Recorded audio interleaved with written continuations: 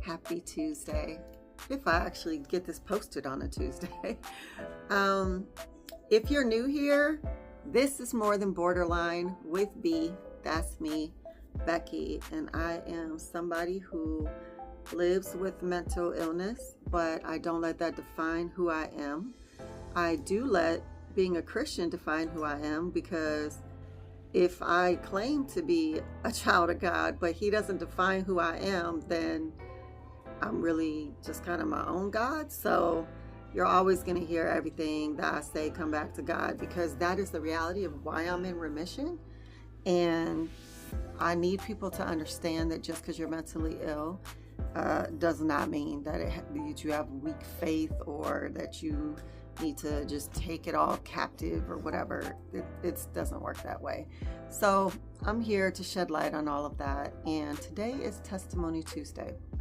And so this is my third video, because I just kind of got off on a tangent on the other ones without really even thinking about what I was talking about. And I really didn't want to do that. I didn't want to just ramble. I was thinking, though, that I find myself in such an interesting season of life right now. And there's just so many changes going on. And I'm trying really hard with these neurofeedback treatments that I'm doing, which you can see there. If you haven't seen that, you don't know what that is, you could look back to the video that I have. I think it's called, Is There a Cure for Borderline? And it talks about these treatments I'm doing to help regulate my brain waves. But I also find myself in the meantime feeling really overwhelmed and anxious. And we have court on Friday for my daughter, and I'm finding myself really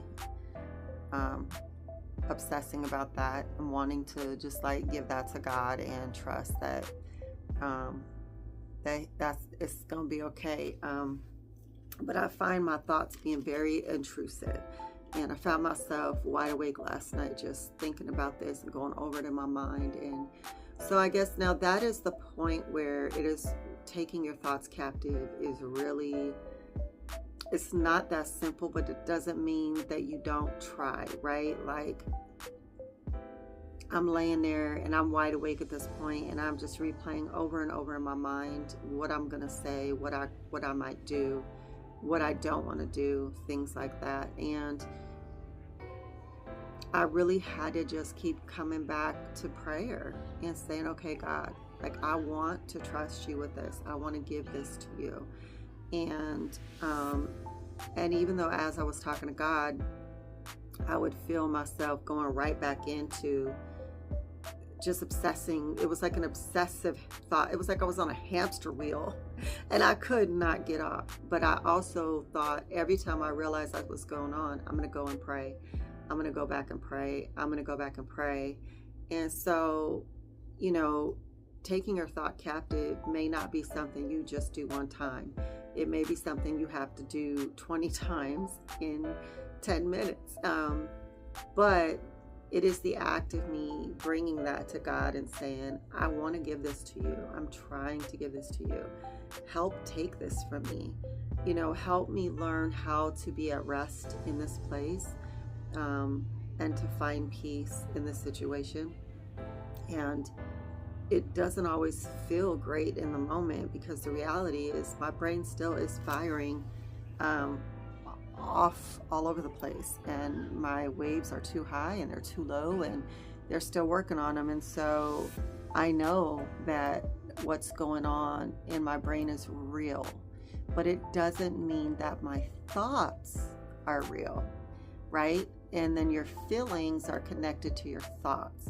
So when you're taking your thoughts captive, you're going, just because this thought is really intense for me and it won't leave me alone and it won't go away, that doesn't make it real. It makes it annoying. It makes it obsessive. And oftentimes, the more something is bothering you and moving you and stirring you, the more likely it is to actually be connected to a lie or to something deeper that isn't even necessarily about that, right? And so I know that the reality is that me trying to give this to God, like I've talked to you guys about this before, this woman assaulted my daughter. And I still feel in my mind and in my brand of justice that I need to whoop her.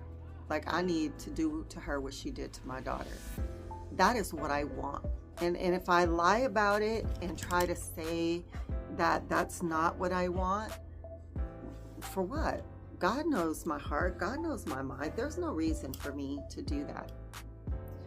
But I'm trying to ask him to change my heart, to change my mind, to transform it to be like his, so that in the same way that he said, Father, forgive them, for they know not what they do, as they were crucifying him and mocking him, that I could as well say, Father, forgive her, because she doesn't know what she's doing, because she's just a pawn of the enemy. But that's really, really hard, because in my flesh, that's not natural for me. But then do I say, well, God created me to be a fighter. God created me to be someone who, wouldn't allow such a thing. The enemy created this. God, I'm sure, gave me a boldness, and he gave me discernment. He's given me so many gifts. He's given me an ability to explain things and to be there for people and counsel people. Those things are amazing. But when I'm over here thinking that I need to throw down with everybody, that is because I had an enemy who was attacking me from a very young age, and I didn't know how to fight. And now all I do is want to fight. And it is because of the taint and the damage that he did that I'm still trying desperately to repair. And like I've said before, it doesn't seem fair that I have to fix all this damage that someone else did.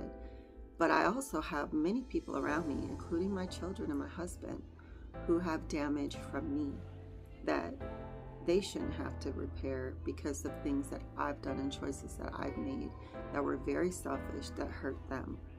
And yet they choose to love me and forgive me. God chooses to love me and forgive me and, say, you know what, I forgive you because you really didn't know what you were doing at the time. And I would like to be more like God. And I would like to be able to say, I forgive you. But it's a lot easier to forgive someone when it comes to me than my kids. Like Mama Bear thing is a real thing. So I'm just going to ask for prayer for this Friday for me, that when I see this woman, that God will give me a heart to replace what's going on in there with me now, to show forgiveness and kindness. And it's going to have to be all him, because it's not in me at all. But that's the truth, and that's my struggle. And as a result, the anxiety is causing me to want to self-medicate, and so I find myself really struggling. But the difference is that I think I have really realized that I need to just keep trying to take all this captive and not let the enemy beat me up and say, that's because you're this and you're that and you're not a real this or that. And I used to just let him really try to shame me. But the reality is that shame separates us from God. When God went looking for Adam and Eve, they hid from him because of their shame. And I'm not going to hide from God, because I know that God is not shaming me. And that reality and that truth has really helped me to grow in these places where I used to just think that this meant that I wasn't really a Christian or was such an awful person that God couldn't even help me. I used to just go so dark in that place. And so I'm glad that I could see that growth, that I know that, yeah, I still have a very real illness. My brain is not normal, and it's hard to be me on a lot of days. It really is. And I could dress myself up, and I could try to have a cute style and have fun and love on people, because that's a part of who I am. But it doesn't change that there's also a lot of pain, a lot of pain. and a lot of empathy. So I feel not only my own pain, but everybody else's pain. And there's a reason that borderline is considered the most painful mental illness that there is. And, but I try to take it all in stride and just be grateful that God has given me so much peace in the mind of something that is just chaotic. My mind can be chaotic, but He quiets the storm, and I'm grateful. And so I just wanted to tell you that taking your thoughts captive is a real thing. It's not an easy thing. It's not a one-time thing, but it's a real thing, and it makes a difference. And I hope that you guys could join me in praying for me this Friday when we go back to court. And if you have any prayer requests for me, please leave them below.